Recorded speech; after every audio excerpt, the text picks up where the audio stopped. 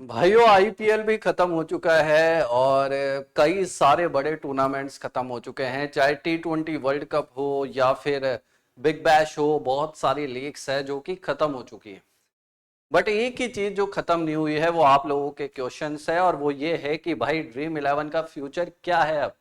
अब पेशेंस लगभग खत्म हो चुका है, क्योंकि बहुत सारे लोग ये बोल रहे थे, मेरा खुद का भी ये पर्सनल मानना था कि ड्रीम इलेवन आईपीएल तक बैक कर जाएगा, या फिर जो भी गवर्नमेंट और कंपनियों के बीच जो भी बातें हैं वो भी सॉर्ट आउट हो जाएगी, सुप्रीम कोर्ट से भी कुछ ना कुछ डिसीजन आ जाएगा।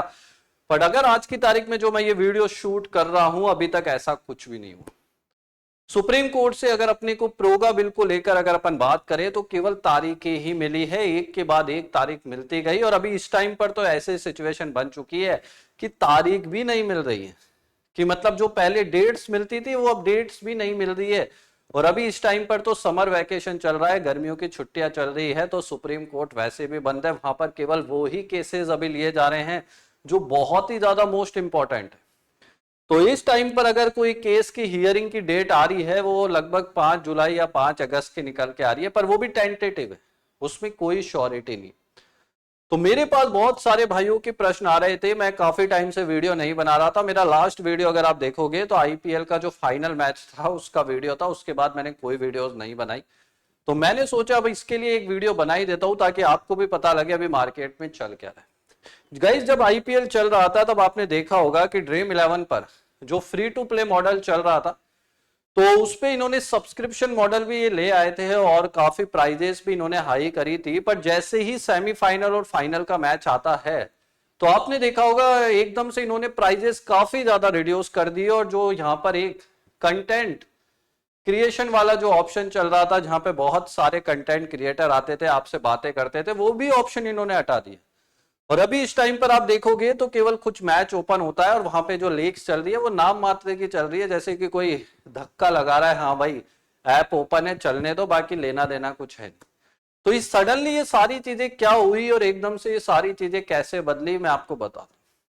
देखिए गई, जब प्रोगा बिल आया था उससे पहले एक केस चल रहा था कंपनियों के ऊपर जीएसटी को लेकर, जहां पे गवर्नमेंट की डिमांड थी कि जो जीएसटी है वो 28% लगना चाहिए टोटल डिपॉजिट पर। और 2023 से इन्होंने गवर्नमेंट ने एप्लीकेबल भी किया था, और कंपनियां वो देने भी लग गई थी, वहां कोई दिक्कत नहीं थी। दिक्कत यहां आई कि गवर्नमेंट ऐसे बोली कि 2023 से नहीं, 2017 से आपको टैक्स देना पड़ेगा। तो 2017 से 2022 तक जिस ईयर में कंपनियों ने टैक्स लिया ही नहीं जनता से, वो टैक्स कैसे दे।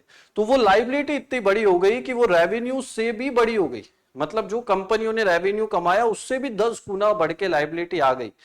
तो इसको लेकर ये सुप्रीम कोर्ट गए, सुप्रीम कोर्ट में इसको लेके हियरिंग चल रही थी, और अभी लेटेस्ट आपको बता दूं 27 मई को इसका रिजल्ट भी आया, और वो भी कंपनीज के फेवर में नहीं, गवर्नमेंट के फेवर में आ गया।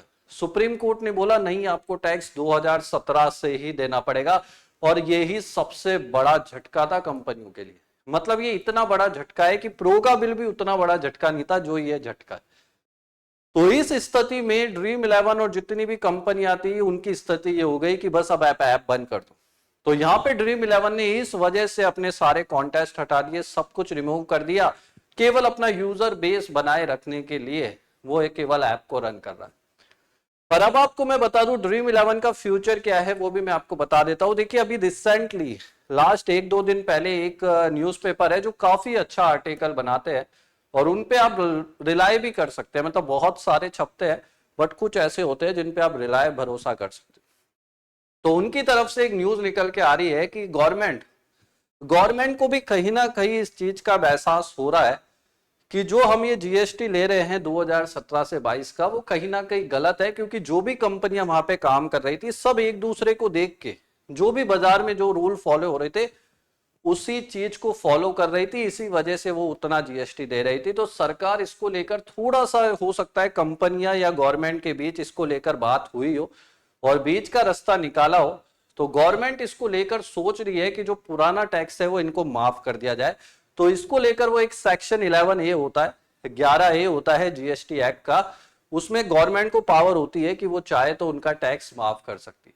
तो इसको लेकर नियम बनने लगे हैं, बट ये श्योरिटी नहीं है कि ये गेमिंग कंपनीज के लिए ही है, बट ऐसा सुनने में आ रहा है कि कहीं ना कहीं ये गेमिंग कंपनी के लिए ही हो रहा है।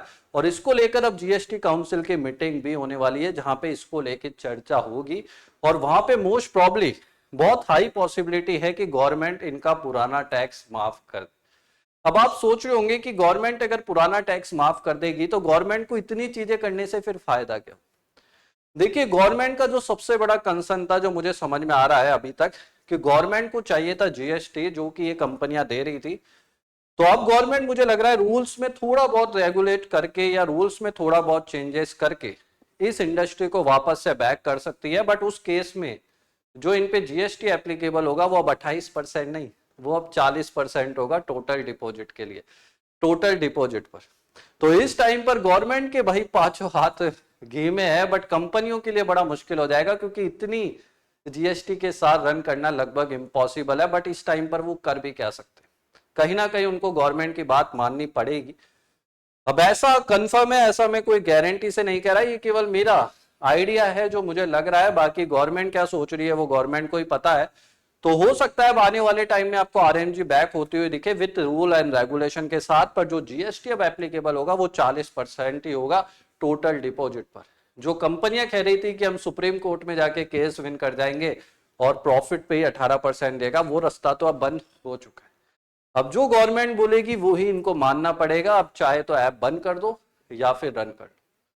पर मुझे ऐसा लग रहा है कि पर्सनली कहीं ना कहीं आरएमजी बैक कर सकता है अगर जीएसटी माफ होता है तो। अगर वो नहीं होता है तो उस केस में तो फिर आप एक चीज मेरी सुन लेना ध्यान से, ड्रीम 11 क्या इससे रिलेटेड जितनी भी एप्स है, चाहे 100 कंपनियां, 200 कंपनियां, 500 कंपनियां, सब अपने आप को बैंकरप्ट डिक्लेयर कर देगी, दिवालिया डिक्लेयर कर देगी, ठंडे बस्ते में बंद करके सब निकल जाएंगे बाहर, क्योंकि इतना देना इम्पॉसिबल है इनके लिए, क्योंकि इनके पास है ही नहीं तो ये कहां से देंगे। तो यहाँ पे अब दो ही स्थिति बनेगी, या तो ये कंपनियां दिवालिया होके बंद होके चले जाएगी, या फिर गवर्नमेंट अगर इनकी बात मान लेती है, इनको माफ कर देती है, सेटलमेंट हो जाता है, तो उस केस में फिर ये वापस से बैक कर सकते हैं। तो अभी इस टाइम पर ड्रीम 11 का फ्यूचर मुझे तो पर्सनली यही लग रहा है कि ड्रीम 11 वापस से बैक करेगा विद रूल एंड रेगुलेशन के साथ, अगर इनका गवर्नमेंट के साथ सेटलमेंट हो जाता है और उसके बाद कहीं ना कहीं रूल्स में थोड़ी छूट दे के गवर्नमेंट इसको बैक कर सकती है, या फिर जो सुप्रीम कोर्ट में हियरिंग चल रही है, बट मुझे सुप्रीम कोर्ट से उतनी उम्मीदें है नहीं क्योंकि वहां पे तो अभी डेट ही मिलने वाली है।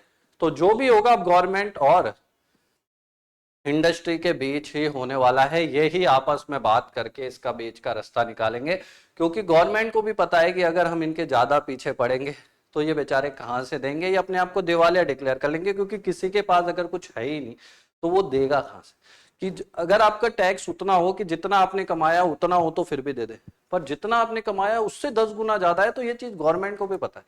पर गवर्नमेंट का मेन मकसद जो मुझे समझ में आ रहा है वो ये था कि जो टैक्स की जो कैलकुलेशन है वो टोटल डिपॉजिट पर होनी चाहिए, ना कि प्रॉफिट पे। वहां पे उनको सुप्रीम कोर्ट से रिलीफ मिल चुका है। तो आप कहीं ना कहीं अब ये इंडस्ट्री उस जगह पे पहुंच चुकी है जहां पे अब इसका कोई ना कोई डिसीजन आने वाला है। मतलब ये 3-4 महीने बड़े इंपॉर्टेंट है अब इस इंडस्ट्री के लिए, या तो ये बैक कर जाएगी या फिर ये बंद हो जाएगी, बस दो ही चीज होगी, इसके अलावा कुछ नहीं होने वाला। तो वीडियो पसंद आया हो तो लाइक कर देना, चैनल सब्सक्राइब करके बेल आइकन ऑन कर देना और ऐसे ही प्यार देते रहना। ठीक है भाइयों, नमस्कार।